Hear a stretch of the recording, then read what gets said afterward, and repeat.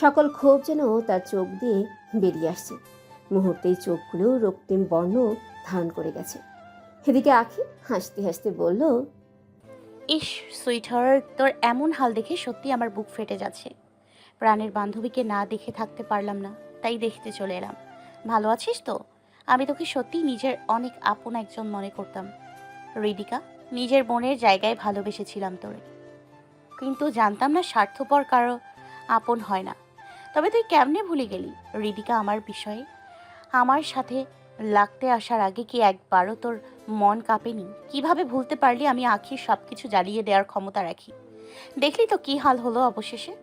তা চলি, ভালো থাকিস কেমন? আখি চলে গেল। অসহায়ত্বে রিদিকার চোখ বেয়ে গড়িয়ে পড়ল জল। কক্ষের বারান্দায় প্রান্তে দাঁড়িয়ে আছে আখি। আজ মনে নেই কোনো গ্লানি। তিক্ত অনুভূতি সব চাপা পড়েছে হাদিদের অসীম ভালোবাসা নিচে। তবুও মনে অল্প খারাপ লাগা বিরাজমান তার। সুখ পাখির মন খারাপের ভাবটা যেন তার প্রেমিক পুরুষ বুঝে যেতে পারল অল্পতেই। এসে পাশে দাঁড়িয়ে জিজ্ঞেস করলো, কি হয়েছে? জানেন আপনি, কখনো আমি নিজের জেনে শুনে কোনো অন্যায় করিনি। আমি আদৃশের জন্য হয়তো বাবা মাম্মাম বা পরিবার কখনোই ছাড়তাম না। সেটা আমার জীবনের একটা বড় অন্যায় ছিল, যা আমি জেনে শুনেই করেছি। কিন্তু আমার তখন তা ন্যায় মনে হয়েছে, কারণ বাবা কখনো আমার ইচ্ছার বিরুদ্ধে যায়নি। যা আমার জন্য খারাপ মনে হতো ওনার, তা উনি আমায় বুঝিয়ে বলতেন।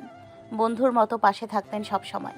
সেদিন যদি আদৃশের জায়গায় কোনো গরিব ছেলেকেও ভাবার সামনে নিয়ে যেতাম, তাহলে হয়তো বাবা রাগ করতেন। কিন্তু বাবা এমন প্রতিক্রিয়া করতেন না যতটা আদৃশকে দেখে করেছিলেন। আদৃশের দাদু আমার বাবার ফুপুর স্বামী ছিলেন। উনি ওনার প্রথম স্ত্রী ছিলেন। আদৃশের দাদু আমার বাবার ফুপু, মানে আমার দাদুর ওপর অনেক অত্যাচার করেন দ্বিতীয় বিয়ে করার জন্য। অতঃপর দাদু সুইসাইড করেন। সেজন্যই বাবা আদৃশের সাথে আমার বিষয় মানছিলেন না। আর আমার কাছে তখন উক্ত দিক অন্যায় বলে মনে হয়েছে, কারণ ওর দাদু এমনটা করেছেন বলে তো জরুরি ছিল না যে ও নিজেও এমনটা করবে। তাছাড়া আমি আদৃশকে অনেক ভালোবাসতাম, তাই ওর কথা ধরি। ভেবেছিলাম বাবাকে উক্ত বিষয়ে মানিয়ে নিব। যখন বাবা দেখবেন আমরা সুখে আছি, তখন বুঝতে পারবেন এমনটা সকল ক্ষেত্রে হওয়া জরুরি না। কিন্তু অবশেষে বুঝতে পারলাম আমি সেদিন অন্যায় করেছিলাম। জানি না বংশের ছাপ ব্যক্তিত্বে থেকে যায় কিনা, কিন্তু এতটুকু বুঝতে পারলাম কখনো বাবা মায়ের বিরুদ্ধে যেতে নেই। যতই যা হয়ে যাক, ওনাদের মানানোর চেষ্টা করা উচিত, কিন্তু বিরুদ্ধে যাওয়া উচিত না। বাবা মামাও আমাকে ক্ষমা করে দিলেও আমি নিজেকে ক্ষমা করতে পারিনি। এইসব বংশের ছাপ বলতে কিছু হয় না আখি। সবই মানুষের ব্যক্তিত্বে থাকে। শরীর ও মন যদি নিজের আয়ত্তে না থাকে, তবে নিজেকে প্রকৃত মানুষ বলে দাবি করা যায় না। এতে কারো বংশের কোনো দোষ হতে পারে না। আর মানুষ মাত্রই তো ভুল। তুমিও ভুল করেছো আখি, কিন্তু সে প্রকৃত মানুষ যে তার ভুল সূত্রে নেওয়ার ক্ষমতা রাখে। আর তুমি তা করে দেখিয়েছ। হয়েছে এবার, আর মুখ গুমড়ো করে থাকতে হবে না। তোমাকে একদম ভালো দেখায় না এইভাবে। তা আজ মন চাইছে না? কি? এই যে বৃষ্টি নেমেছে আর আমার ময়ূরীটা ঘরে বসে নিরাশ হচ্ছে। ময়ূর তো চললো, কুনো ব্যাং আপনি ঘরের কোণেই থাকেন। কি আমি কোনো ব্যাং? দাঁড়াও, আসছি। আখি হেসে ছাদের দিকে ছুটে গেলে হাদিতেও পিছন গেল ছুটে। রাত তখন প্রায় 1টা। হাঁসপাশটা নীরব। শুধু এই চারিদিকে বৃষ্টির কলকাকলি শোনাই যাচ্ছে। মনের আনন্দে ভেসে যাচ্ছে আখি। আদিত বিমোহিত হয়ে দেখছে তাকে বৃষ্টিতে দাঁড়িয়ে। এই যে মিস্টার কুনো ব্যাং, বৃষ্টির আনন্দ নিতে না চাইলে বাইরে আসলেন কেন? এই ময়ূরীকে দেখবো বলে। লজ্জা করে না এভাবে দাঁড়িয়ে একটা মেয়েকে বৃষ্টিতে ভিজতে দেখতে? কেন করবে? মেয়েটা তো আমার নিজেরই বউ। বউ বলে কি সব অধিকার পেয়ে গেলেন? আদিত এবার আখির দিকে এগিয়ে গিয়ে তার কোমরের পেছনে হাত রেখেই তাকে টেনে নিজের সাথে মিশিয়ে নিল। আখিকে একদম নিজের মুখোমুখি নিয়ে এলো। নেশা ভরা স্বরেই বলা শুরু করলো, বিয়ে করার মানেই তো সব অধিকার পেয়ে যাওয়া। কেন, তুমি কি কোনো অধিকার থেকে বঞ্চিত করবে আমায়? ঠান্ডা শীতল পরিবেশটায় হাদিতের উষ্ণ নিঃশ্বাস উপচে পড়ছে আখির চেহারায়, যা এক প্রকার পাগল করে তুলেছে আখিকে। হুটহাট আদ্রিতের এমন পাশে আসা বয়ে আনছে তার জন্য এক রাশ লজ্জা। তাই চোখ নামিয়ে নিয়ে লজ্জা মিশ্রিত স্বরে উত্তর দিল, বিয়ের ক্ষণেই নিজেকে আপনার নামে লিখে দিয়েছি। আমার ওপর সকল অধিকার যে এখন শুধু আপনারই। তবে তাই? আদিত্য ঠোঁট কামড়ে বাঁকা হাসি দিল। আখি চোখ নিচু করে লজ্জাময় হাসি অটল রেখে আছে। এবার আদিত্য আখির থুতনিতে এক হাত দিয়ে তার মুখ উঁচু করে ধরল। আখি বুঝতে পারল আদিত্য কি করতে চাইছে, তাই নিজের চোখ বন্ধ করে নিল। আদিত্যও নিজের চোখ বন্ধ করে নিল। অতঃপর অধরে অধর মিলিয়ে দিল। অল্পক্ষণ পর আখিকে ছেড়ে দিল আদিত্য। অতি লজ্জায় আখি আদিত্যের থেকে নিজেকে ছাড়ি ছুটে যেতে নিলেই আদিত্য তার আঁচল পাকড়াও করল। কোথায় যাচ্ছ লজ্জাবতী? পালাবে কোথায় আমার থেকে? আখি কিছুতেই বলছে না, শুধু জায়গায় দাঁড়িয়ে ঘন ঘন নিঃশ্বাস ফেলছে। আদিত্য এবার পিছন থেকে এসে আখির চুলগুলো একপাশ করে আখির ঘাড়ে একটা গভীর চুমু এঁকে দিয়ে বসল, যাতে আখি শিহরণে পিছনে ফিরেই জড়িয়ে ধরল তাকে। আদিত্য আবারও মুচকি হাসি দেয়। অতঃপর আখিকে পাজা কোলে নিয়ে কক্ষের পানে হাঁটতে শুরু করে। শায়লা মির্জা বিছানার একপাশ হয়ে শুয়ে আছেন, অপর পাশে আরিয়ান মির্জা। শত চেষ্টার পরেও শায়লা মির্জা কথা বলেন না আরিয়ান মির্জার সাথে। হ্যাঁ, কক্ষে থাকেন, এটাই ওনার জন্য বড় পাওনা এই কয়েকদিন ধরে। তবুও চেষ্টার কমতি নেই ওনার। এই যে আদিত্যর মা, কথা বলবে না? বললাম তো আর হবে না এমনটা। শেষবারের জন্য ক্ষমা করো। তুমি কথা না বলে থাকলে আমার দিন ভালো যায় না, জানো তো। এত রাতে প্যাক প্যাক করো না তো, ঘুমো। বুঝেছি, আখির আইডিয়া এবার কাজে লাগাতেই হবে। ও মা গো, বুকে বড্ড ব্যথা হচ্ছে। শায়লা, বাঁচাও আমায়। আরে আরে, কি হয়েছে আরিয়ান তোমার? হঠাৎ বুকে ব্যথা করছে কেন? দাঁড়াও, আমি সবাইকে ডাকছি। অদ্রিত। আরে কি করছো কি তুমি? নবদম্পতি ওরা, রাত 1টার সময় ডাকতে যাচ্ছ ওদের? বুঝো না কিছু? কিন্তু তোমার যে শরীর খারাপ করছে। আরে ও তেমন কিছু না। তোমার কথা না বলার ধরন, অসুস্থ হয়েছি আমি। তুমি কথা বললে আর তোমার হাতে বুকের মধ্যে হালকা মালিশ পেলে সব ঠিক হয়ে যাবে। তুমি ছাড়া যে আমার বাঁচা মুশকিল। শায়লা, ক্ষমা করে দাও। কখনো এমন অলক্ষণে কথা বলবে না, তোমার কিছুই হবে না। এই তো আমি মালিশ করে দিচ্ছি, আর কথাও বলছি। তুমি শান্ত থাকো প্লিজ। শায়লা মির্জা কাঁদতে কাঁদতে বললেন কথাগুলো।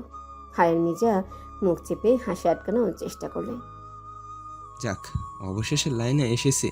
আখির বুদ্ধি আছে বলতে হবে। আখি আজও শাড়ি পরেছে, আয়নার সামনে দাঁড়িয়ে তৈরি হচ্ছিল। আদিত্য হুট করে এসেই তাকে পেছন থেকে জড়িয়ে ধরে তার চুলে নাক ডুবিয়ে দিল। রোম্যান্সের ভূত মাথা থেকে নামান ডক্টর সাহেব, হসপিটাল যেতে হবে। আদিত্য এবার আখিকে নিচের দিকে ফিরিয়ে নেশাময় স্বরে বলল, মনের ডাক্তারের কাছে তো আছে, হাসপাতালে দেখি। কথাটা বলেই আদিত্য আখির অধরের পানে এগিয়ে যেতে নিলে আখি তার মুখ চেপে ধরল। হসপিটালে গিয়ে অন্য রোগীদের চিকিৎসা করবেন, এখন চলুন। আখি আলতো ধাক্কায় আদিত্যকে ছাড়িয়ে নিয়ে এক প্রকার ছুটে কক্ষের বাইরেই চলে আসে। আখি আদিত্য বসে আছে খাবার টেবিলে। কর্মচারীরা খাবার বেড়ে দিল। শায়লা মা আরিয়ান মির্জার আলাদা করে খেয়াল করছেন। আদিত্য আখিকে মৃদুস্বরে বলল, এ কি আখি, বাবা মায়ের পেঁচা বলো কি করে? আখি আছে যেখানে, সমস্যার সমাধান আছে সেখানে। তুমি কি করলে এমন? তুমি পারো বটে। আজকে হাসপাতালে তেমন কোনো কাজ করতে দিলেন না আশরাফ খান আখি আদিত্যকে, বরং দুজনকে অর্ধেক দিনেই ছুটি দিয়ে দিলেন। আদিত্য তো মহা খুশি। যাক, কপাল করে একটা শ্বশুর মশাই পেয়েছি। একমাত্র মেয়ের জামাইয়ের মনের ডাক কিভাবে বুঝে গেলেন দেখো। ছুটি দিয়ে দিলেন, আজ সারাদিন রাত ঘুরবো তোমায় নিয়ে। হয়েছে, এবার তো খুশি না হয়ে গাড়ি ছাড়ো। এখনই ছাড়ছি না ডাক্তার সাহেবা। আদিত্য গাড়ি ছেড়ে দিয়ে হাসপাতালের গেটের বাইরে রাস্তায় ওঠার আগে কোথা থেকে আদৃশ তাদের গাড়ির সামনে চলে এলো। আদিত্য সহসা ব্রেক কষল। দুজনেই বেশ বিরক্ত হয়ে গাড়ি থেকেই নেমে গেল। কি হয়েছে আদৃশ? বুদ্ধি বিলুপ্ত হয়েছে তোমার? এখনই কি ঘটে যেত ভাবতে পারছো? যা হওয়ার তা তো হয়ে গেছে আখি, আর কি হবে। শুধু শেষবার তোমাকে দেখতে এসেছিলাম, জানি জানি আর কখনো ফিরে আসবে না। তবে তবে আজ মনে রাখার জন্য একবার হলেও বলো না ক্ষমা করে দিয়েছো। শান্তিতে মরতে তো পারবো। কি বলছে সব আদ্রিস? আখির জবাবে হাদিস কিছুই বলল না, বরং রহস্যময়ী হাসি দিয়ে পিছু হাঁটতে লাগলো। অপর পাশ থেকে দ্রুত গতিতে একটা গাড়ি আসতে দেখলো আখি, কিন্তু কিছু বলেই বা করে ওঠার আগে আদ্রিস চলে গেল সেই গাড়িটার সামনে। মুহূর্তে আদ্রিস গাড়ির প্রবল ধাক্কায় উড়ে গিয়ে বেশ দূরে ছিটকে পড়ল। আখি আজিত ছুটে গেল আদ্রিসের কাছে। আদ্রিস আখির হাত ধরে খুব কষ্ট করে মুখে কথা ফুটালো। আখি, মানুষ এমন অবস্থায় কখনো মিথ্যে বলবে না। আমি সত্যিই তোমাকে তোমাকে অনেক ভালোবাসি আখি। হাদিসের জ্ঞান হারিয়ে গেল। প্রায় 1 ঘন্টা পেরিয়ে গেছে, আখি আদিত এখনো বেরোয়নি অপারেশন থিয়েটার থেকে। হাদিসের অপারেশন চলছে, বাইরে আখি আদিসের পরিবার দাঁড়িয়ে আছে। অনেক সময় পর আখি আদিত বেরিয়ে এলো। সবাই উৎসুক হয়ে এগিয়ে গেল তাদের দিকে। আখি আদিত একে অপরের দিকে তাকালো, তারপর বিষণ্ণতার সহিত আখি বলল, হ্যাঁ, বর্তমানে ও বিপদমুক্ত, তবে ওর এক পা একদম ভেঙে গেছে। কখনো তা ভালো হওয়ার সম্ভাবনা নেই। শরীরের বাকি অনেক অংশেই যথেষ্ট ক্ষতি, তবে তা সেরে যাবে আস্তে ধীরে। সুব্রতা আপু, তুমি আমার সাথে আসো। কথাগুলো বলেই চলে গেল আখি তার কেবিনের দিকে। সুব্রতা ওর পেছন গেল। আপু, জানি না বিষয়টা মা আর ভাইয়া মেনে নিতে পারবে কিনা, তাই সবার সামনে বলতে পারিনি। আর বিষয়টা সবার সামনে বলার মতো না। ডক্টর হিসেবে রোগীর পরিবারের একজনকে হলেও কথাটা আমায় জানাতে হবে, তাই ডেকেছি তোমায়। আদ্রিস শারীরিকভাবে অক্ষম হয়ে গেছে, মানে ও আর কখনো শারীরিক সম্পর্ক করতে পারবে না। ওকে বাঁচানো গেছে, এটাই বড়। বিষণ্ণ মনে আখি বসে আছে হাসপাতালের এক প্রান্তে। হাদিত বুঝতে পারলো তার মনোভাব, পাশে গিয়ে বসলো তার। খারাপ লাগছে আখি আদৃশের জন্য? ছোটবেলা থেকেই ও আমার বন্ধু। 5 বছর প্রেমের সম্পর্কে থেকেছি, এরপর 3 বছর ওর সাথে সংসার করেছি। মিথ্যের আশ্রয়ে হলেও ভালোবেসেছিলাম ওকে। খারাপ লাগাটা কি অস্বাভাবিক কিছু হবে? আদিত জবাবে কিছুই বলল না। আখি তার বুকে ঠাই খুঁজে নিল। আদিত শক্ত করে ধরলো তাকে বুকের সাথে মিলিয়ে। যদি পারতো তবে বুকেই লুকিয়ে নিত আখিকে। আখির মনে অন্যের জন্য খারাপ লাগা মেনে নেওয়াটা কতটা কঠিন আদিতের জন্য তা শুধু সেই জানে। কিন্তু কঠোর এই সত্য তাকে মেনে নিতেই হবে। পুরো 1 দিন পর আদৃশের জ্ঞান ফিরল। চোখ খুলে দেখতে পেল আখি তার চেক আপ করছে। আদৃশ মুখে হাসি টেনে ডাকলো তাকে। আখি, চোখ দিয়ে অশ্রু বইতে শুরু হয়েছে আদৃশে। দেখতে পেল আখি। একজন নার্স এখানে থাকলে তাকে যেতে বলে আদৃশের পাশে বসলো। এবার তার চোখের জল মুছে দিয়ে বলল, আদ্রিস, তুমি যা করেছো একদমই ঠিক করনি। সুইসাইড সব কিছুর সমাধান হয় না। জীবনে কোনো সিদ্ধান্ত নেয়ার আগে তা নিয়ে ভেবে নেওয়া উচিত, কিন্তু তুমি কখনো এমনটা ভাবোনি। না তো ডক্টর আদিত্যকে আমার কাছে থেকে দূরে করতে ভেবেছো, না তো হৃদিকাকে বিয়ে করতে, আর না তো সুইসাইড করার আগে সব কিছুর পরিমাণ দেখে নিয়েছো। কিছুই ভালো হয়নি। যা হবার হয়ে গেছে আদ্রিস। তুমি চাইলেই এখন কিছু ঠিক করতে পারবে না। সব কিছুর সমাধান যদি মৃত্যু হতো, তবে আমাকে তো সেই 6 বছর আগেই মরে যাওয়া উচিত ছিল। ধৈর্য ধরলে জীবন অনেক কিছুই দিয়ে যায় আদ্রিস। যাকে এখন আর কিছু করার নেই। আমি তোমাকে ক্ষমা করে দিয়েছি আদ্রিস। যেভাবে পারো জীবনটা গুছিয়ে নেওয়ার চেষ্টা করো। আমি তোমার জন্য এর থেকে বেশি কিছু করতে পারবো না। আমি জীবনে অনেক এগিয়ে গেছি।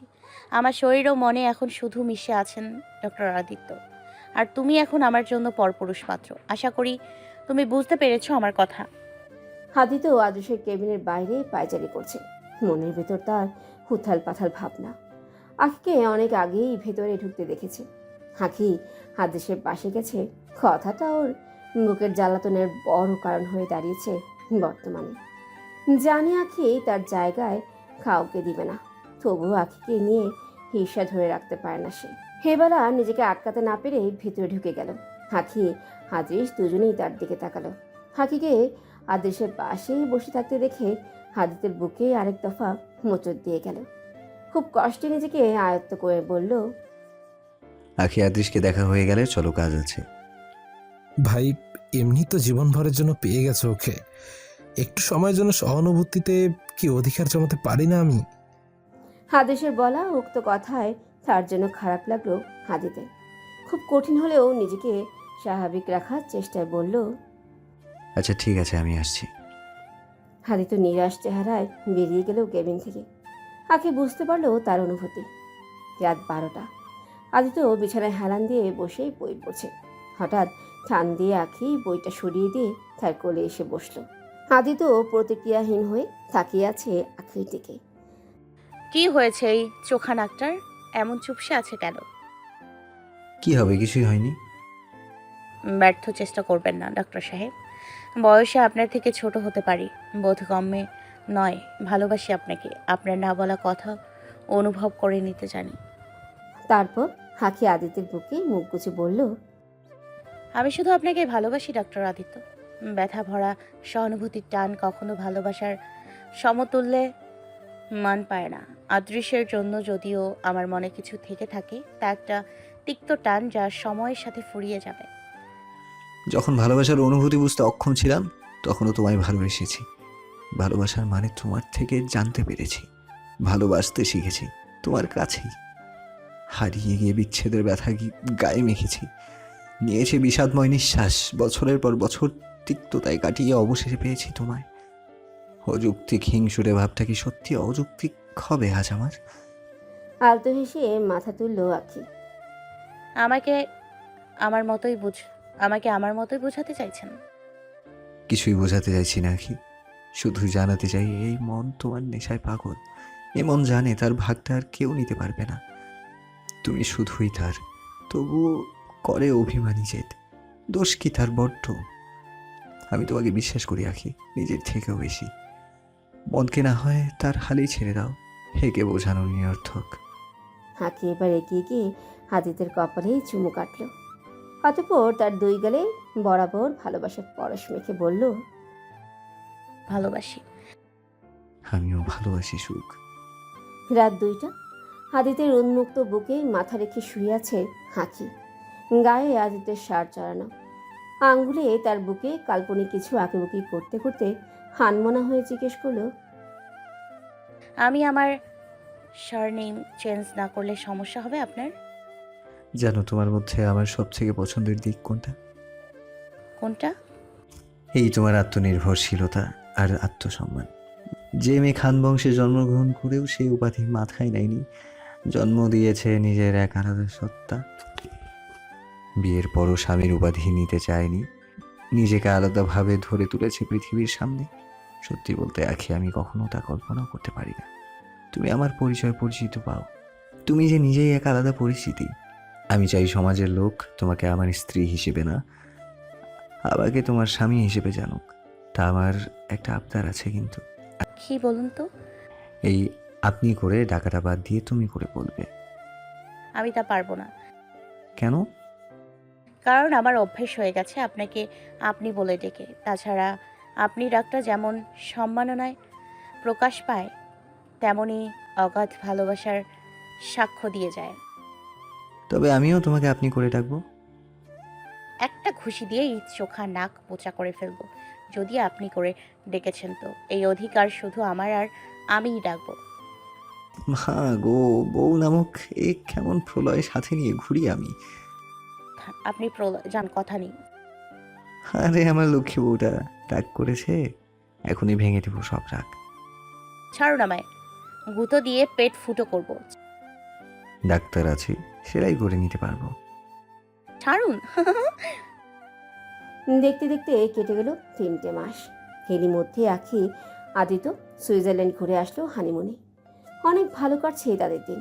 হাদিস বেশ সুস্থ হয়েছে। হ্যাক পা ভেঙে যাওয়াতে ওয়াকিং স্টিক ব্যবহার করে হাঁটে। নিজের অবস্থাতে কোনো খারাপ লাগা নেই তার। হাল্লার দেওয়া সাজাতে বেশ খুশি হয়েছে সে। নিজের হাতে নিজের জীবন শেষ করে গেছে, ঠিক তো এই সত্য মানতেই হবে তাকে। আঁখি ছাড়া তার জীবনে অন্য কোনো সুখ যে তার এমনিতেও চাই না।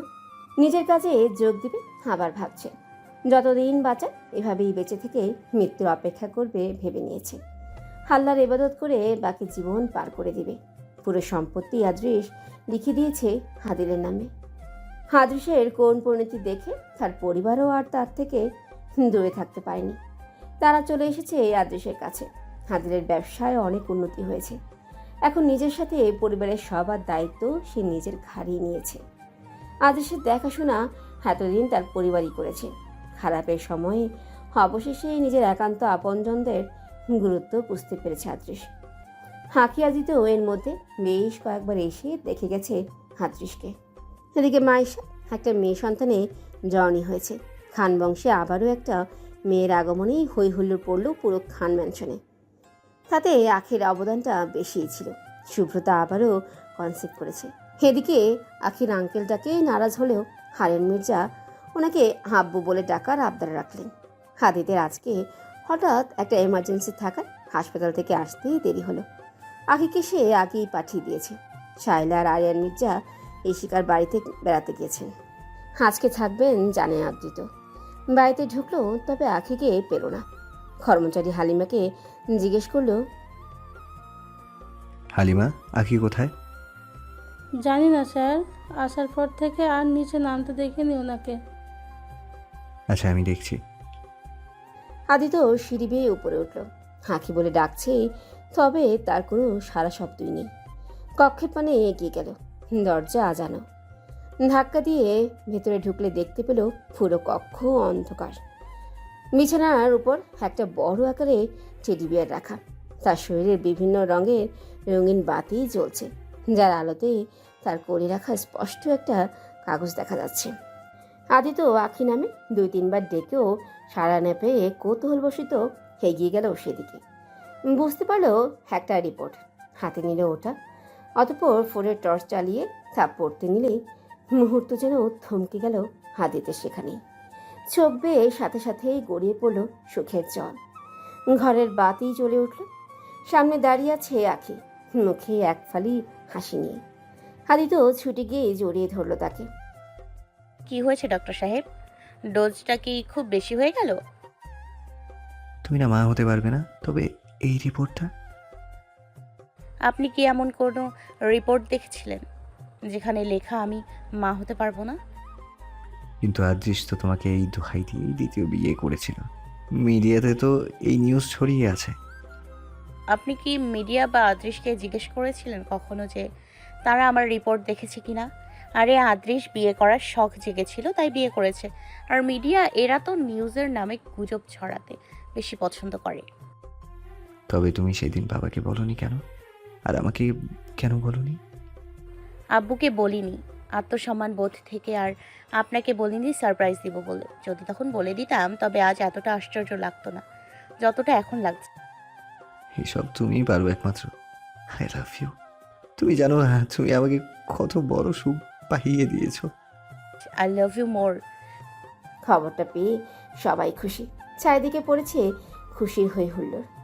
এদিকে আজ পাওয়া গেল আরও দুজনের লাশ। দুজনকেই একই বিছানায় বিবস্ত্র অবস্থায় একটা চাদরের নিচে পাওয়া গেছে। দুজনেরই গলা কাটা। পাশে তাদেরই রক্তে বড় বড় করে লেখা, পরকীয়াকারীদের একটাই সাজা হওয়া চাই, মৃত্যুদণ্ড। এদিকে আজকে ইন্সপেক্টর জিসান প্রমত্ত অঙ্গনা কেস ছেড়ে দিলেন। স্যার, আজকে আবারও দুটোই খুন হলো। আপনি কি সত্যি আর প্রমোদ অজ্ঞানাকে দেখবেন না? আরে না সুমন, আমি কেন? কোনো ইন্সপেক্টর এই কেস হাতে নিতে চায় না। 13 বছর থেকে 14 বছরে চলে এসেছে, তবে কেস তার জায়গায়। সিআইডি, র্যাব, কোনো টিম বাদ যাচ্ছে না, কিন্তু কোনো খবর নেই। আমি আর এই প্যাচালে থাকছি না। আচ্ছা স্যার, আপনার কি খটকা লাগছে? সব পরকীয়াকারীদের প্রমোদ অজ্ঞানা মৃত্যুর সাজা দেয়, তবে আদৃশ হৃদিকাকে কেন দিল না? আদৃশের বিষয়টা তো মিডিয়াতে উঠে এসেছে। এমন তো নয় যে তার বিষয়ে প্রমোদ অজ্ঞানা জানে না। আদৃশের বিষয়ে জানি না, তবে হৃদিকাকে প্রমোদতঙ্গনা ছাড়েনি। ওর শরীরে ভাইরাস পাওয়া গেছে। ডাক্তার থেকে জানা গেছে তা মানুষ্য সৃষ্টি, কিন্তু চাইলেও কেউ তার প্রতিষেধক বানাতে পারছে না, কারণ ওর শরীরে 2টা ভাইরাস দেওয়া হয়েছে। আর 2টা ভাইরাসই ওর শরীরে ছড়িয়ে একে অন্যের সাথে মিশে গেছে, যার ফলে এদের আলাদা করে আলাদা ওষুধ বানানো সম্ভব হচ্ছে না। আমার মনে হয় এমনটা প্রমোদ অঙ্গনাই করেছে। কিন্তু সবাই সে মৃত্যু দিলেও তাকে কেন দিল না? ওকে এত যন্ত্রণা দিয়ে জীবিত রেখেছে। নিশ্চিত হৃদিকা তার জন্য আলাদা কেউ না হলেও তো এমনটা করতো না। এমনও তো হতে পারে সে হৃদিকার পরিচিত কেউ, যার অনিষ্ট হৃদিকা করেছে, আর তার ফলস্বরূপ তাকে এমন সাজা দেওয়া হয়েছে।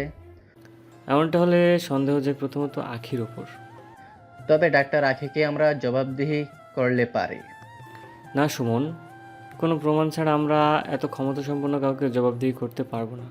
শুধু অল্প একটু সন্দেহের জোরে আখির এতটা ক্ষমতা যে উপযুক্ত প্রমাণ ব্যতীত ওকে হেনস্থ করা মানে আমার জব হুমকিতে ফেলা।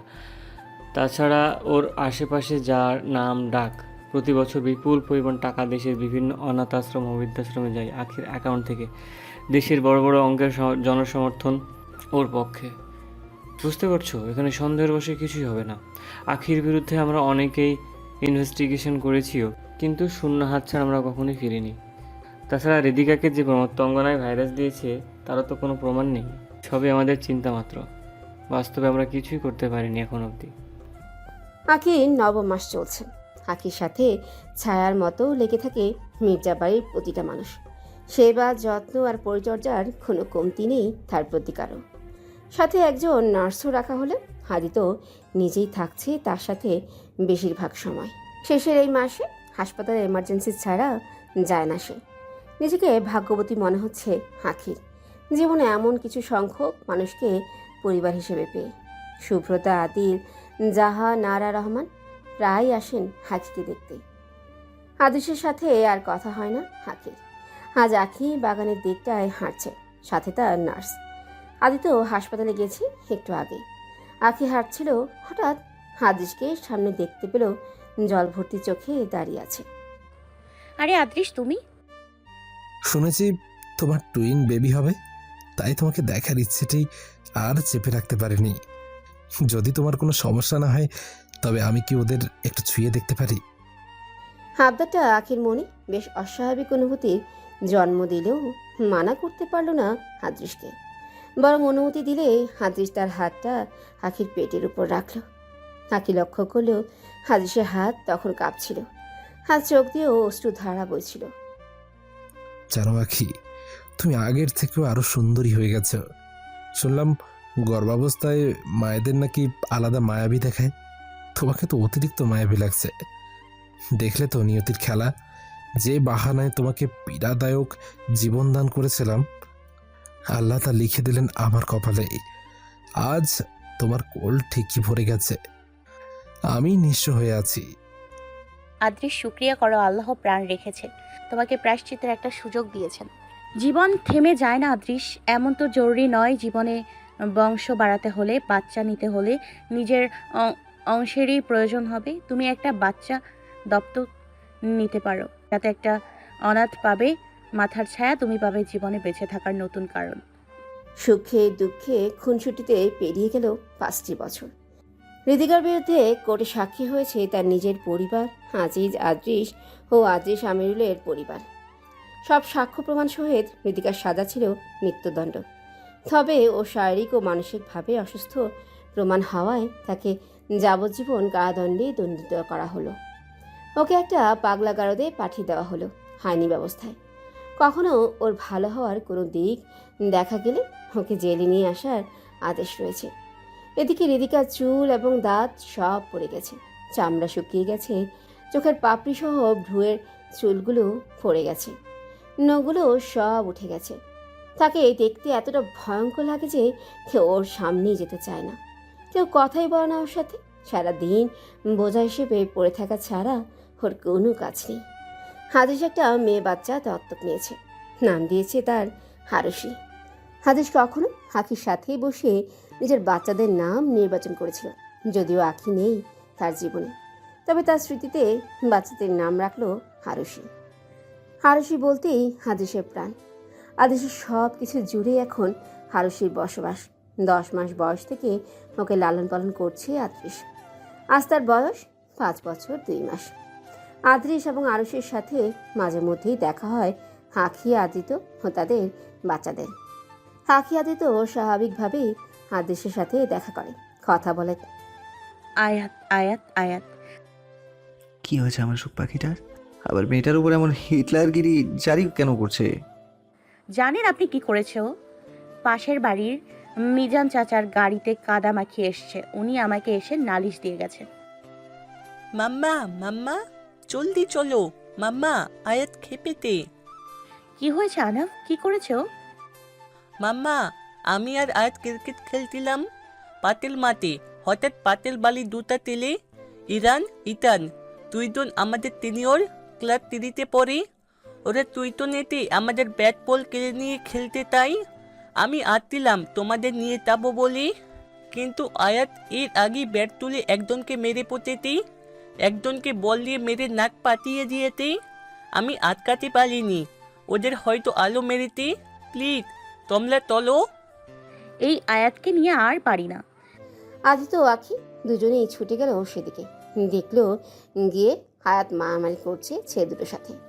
ছোট্ট একটা মেয়ে হলেও দুজনকে বেশ জব্দ করেছে। একজনকে কামড়ে ধরেছে তো আরেকজনকে খামচে ধরেছে। আখি আদিত ছুটে গিয়ে ওদের থামায়।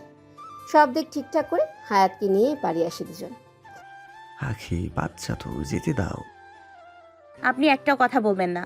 এই আপনার আশকারা পেয়ে ও মাথায় চড়ে বসছে। চুপচাপ বলো আয়াত, মিজান চাচার গাড়িতে কাদা কেন মাখিয়েছো? ওই ছেলে দুটোকে এভাবে কেন মেরেছো? মাম্মা, মিজান নামক দাদুর গাড়ির পাশ দিয়ে খেলতে যাচ্ছিলাম আমি গত পরশু। তখন শুধু শুধু উনি বললেন আমি নাকি ওনার গাড়িতে ধুলো দিয়েছি, যেখানে ওনার গাড়িতে আগে থেকেই ধুলো ছিল। আমি মানা করলে আমাকে বকাবকি করেন, বলেন আমার নামে নাকি নালিশ করবে তোমার কাছে। এখন নালিশই যখন করবেন, মিথ্যে নালিশ কেন করবেন যেখানে আমি কোনো দোষই করিনি?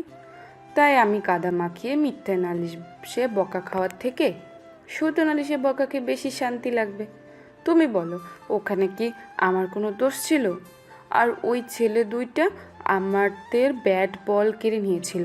আহানাফ আটকাতে গেলে ওকে ধাক্কা দিয়ে ফেলে দিয়েছে।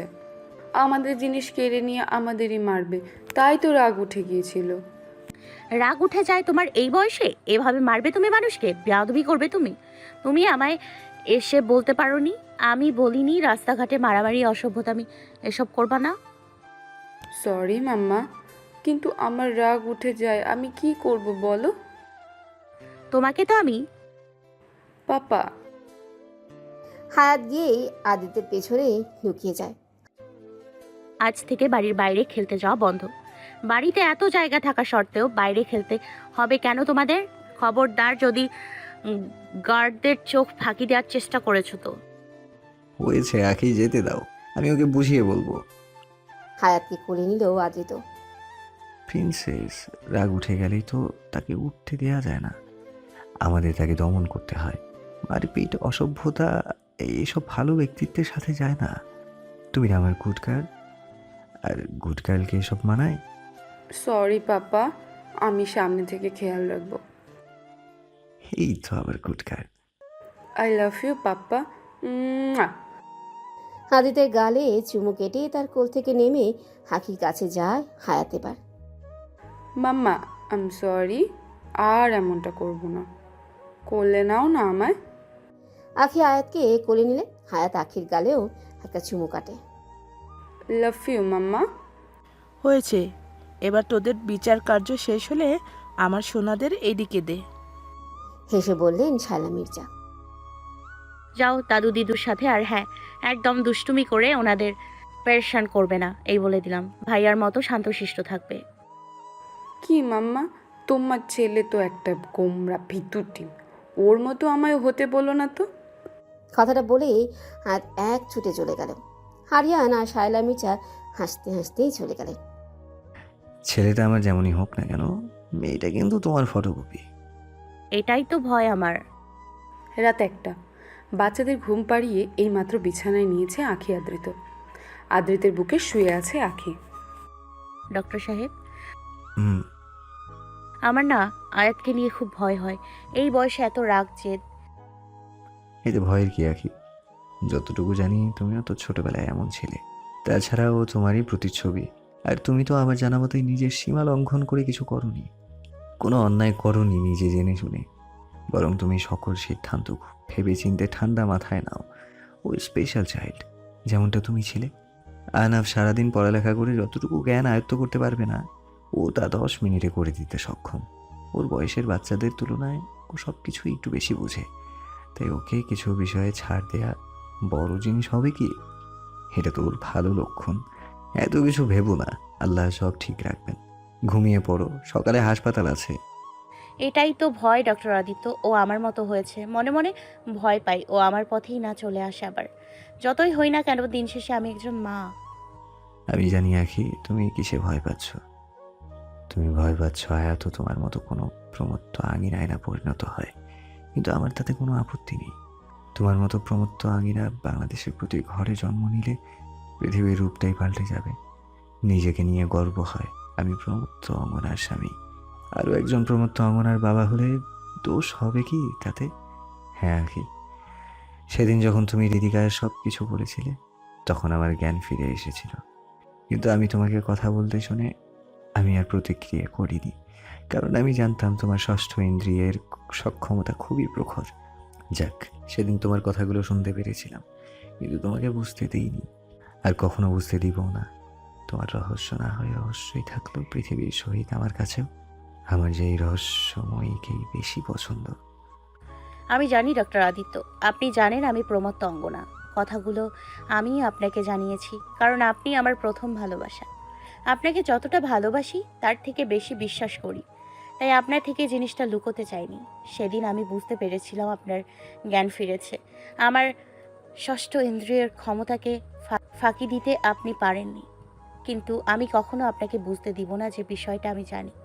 আপনি আমার রহস্য মনে চেপে রাখলেন, আর আমি না হয় আপনারটা রাখলাম। সত্যি আজ নিজের ভাগ্যের ওপর নিজেরই হিংসে হয়। এত ভালো ভাগ্য কি করে পেলাম? আপনার মতো কাউকে জীবনে পাবো কখনো কল্পনাও ভাবিনি। জীবনের প্রতি পদে এভাবে সাথে থাকার, এভাবে ভালোবাসার মতো সাথী যেন আল্লাহ সবাইকে দেন। সেদিন সব কিছু জেনেও আমার সাথে ছায়ার মতো থেকেছেন, আমাকে ভালোবেসেছেন। আমার জীবনের আসল সত্যটা জেনেও তাকে মিথ্যে বানিয়ে মানিয়ে নিয়েছেন। আর কিছুই চাই না আমার, আপনি হলেই চলে। সেদিন যে বিশ্বাসে কথাটা আমি আপনাকে জানিয়েছিলাম, আপনি সে বিশ্বাস অটল রেখেছেন, প্রমাণ করেছেন আর এক দফা আপনি আমার জীবনের সবচেয়ে বেশি আপনজন। আজ হাসপাতালে চিকিৎসা প্রদানের আগেই প্রাণ যায় একটা 12 বছরের মেয়ে। ধর্ষণের শিকার হয়েছে সে। মেয়েটির মা চিৎকার করে কাঁদছেন আর বলছেন, রাক্ষসগুলো কেড়ে নিল আমার মেয়েকে, নিজেরা শান্তিতে বেঁচে আছে আমার মেয়েটাকে চিড়ে খেয়ে। আল্লাহ, তুমি তাদের দেখো আল্লাহ। সাদা বিছানা মেয়েটির রক্তি লাল বর্ণ ধারণ করে আছে, সারা শরীরে নখ আর কামড়ের দাগ। মেয়েটির উন্মুক্ত চোখগুলো যেন ডেকে ডেকে বলছে হাকিকে, আপু, ওরা আমায় ছাড়েনি, শকুনের মতো ছিঁড়ে খেয়েছে আমায়। তুমি ওদের ছিঁড়ে খেও, ওদের একদম ছেড়ো না। রাগে বিষাদে আখির চোখ বেয়ে পড়লো টপ টপ করে জল, যা আদ্রে দেখতে পেল স্পষ্ট। বুঝতে পারলো এই জল নাশকদের নাশ হয়ে বয়ে পড়েছে, ছাড় পাবে না কেউ এবার। দুজনেই পালিয়ে বেড়াচ্ছে। হাকি নিজেই খোঁজ নিয়েছে ওদের। অবশেষে জানতে পেরেছে তাদের গা ঢাকা দিয়ে লুকানোর স্থান। প্রায় 4 দিন লেগেছে আখির তাদের সঠিক খোঁজ নিতে।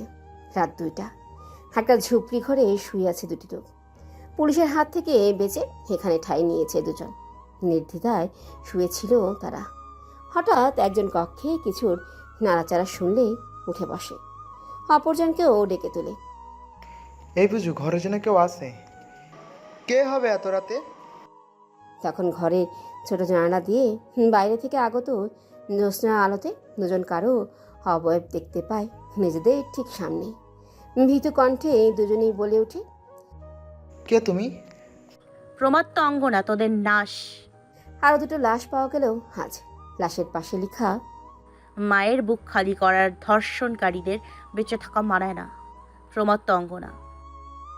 গত 5 বছরে বেশ কয়েকজন ইন্সপেক্টর আগ্রহবশত প্রমত্তাঙ্গনা কেস হাতে নিলেও এখনও কেস ঝুলন্ত।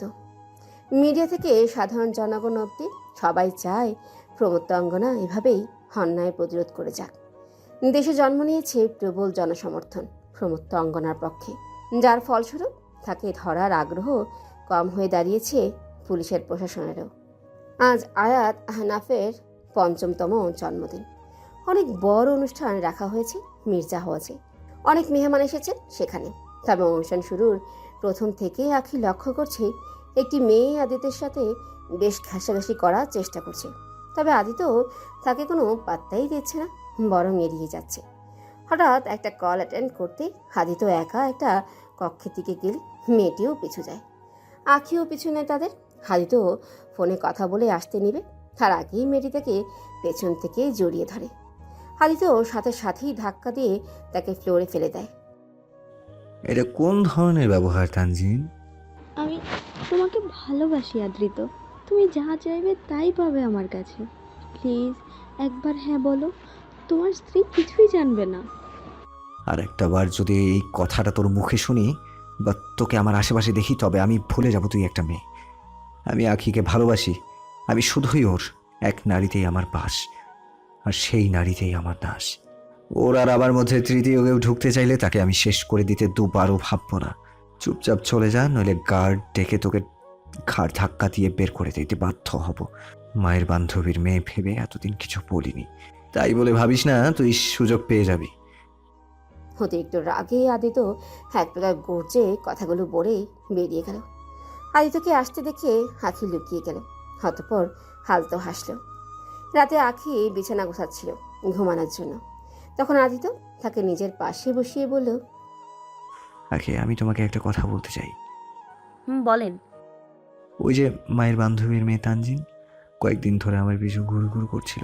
আমি পাত্তা দিইনি, কিন্তু আজকে সব লিমিট ক্রস করে ও আমাকে জড়িয়ে ধরেছিল। তখন আমি ওকে ধাক্কা দিয়ে ফেলে দিই, কিছু করার কথাও শুনিয়ে দিই। কি? ও আপনাকে জড়িয়ে ধরেছিল? আপনি সুযোগ না দিলে এমনি জড়িয়ে ধরবে? আমি কোনো সুযোগ তো দিইনি আখি, আর দেওয়ার হলে তোমাকে কেন সব কিছু বলতাম। বলছেন যাতে আপনি সত্যি অন্যত্র গেলে আমি আপনার উপর বিশ্বাস রাখি। ভালো করে জানি আমি আপনার মতো পুরুষদের। আমার মতো পুরুষদের মানে? আমার চরিত্রে কি খারাপ পেয়েছো তুমি? অনেক কিছুই। আদিত্য জবাবে কিছুই বলো না। ছলছল নয়নে আখির দিকে তাকিয়ে অভিমান নিয়ে শুয়ে পড়ল একপাশ হয়ে। আখি মুখ চেপে হাসল, অতঃপর এগিয়ে গিয়ে আদিত্যের গালে চুমু কাটল, হাতে মুছে দিল তার চোখের জল। তারপর তার কপালে চুমু দিয়ে বলল, ভালো করে রাগটাও করতে জানেন না আপনি, বরং অভিমান করে শুয়ে থেকে চোখের জল ত্যাগ দিতে জানেন। কয়েকটা কটু কথা শুনিয়ে দিলেই তো পারেন আমায়। এর মানে এসব ফাজলামো ছিল তোমার? তা নয় তো কি। সব কিছুতে ফাজলামো ভালো লাগে না আখি। জানো কতটা ভয় পাই আমি তোমাকে হারানোর? আমার অনুভূতি নিয়ে মজা করতে ভালো লাগে তোমার। জানিনি তো কতটা বিশ্বাস করি আমি আপনাকে, তবে কেন এত ভয় পান? আর আপনার অনুভূতি তো সব আমার জন্য, তবে তা নিয়ে আমি মজা করব না তো কে করবে শুনি? তানজিন? তোমাকে না আমি। মাগো বাঁচাও, একটা চোখা নাকওয়ালা মেরে ফেললো আমায়। এখনই টেনে তোমার নাকটাও চোখা করছি, দাঁড়াও। আমার নাক এমনিতেই চোখা আছে, আর করতে হবে না। ছাড়ুন আমায় লুচু পুরুষ। তোমার সাথে লুচ্ছামি না করলে কার সাথে করবো সুন্দরী?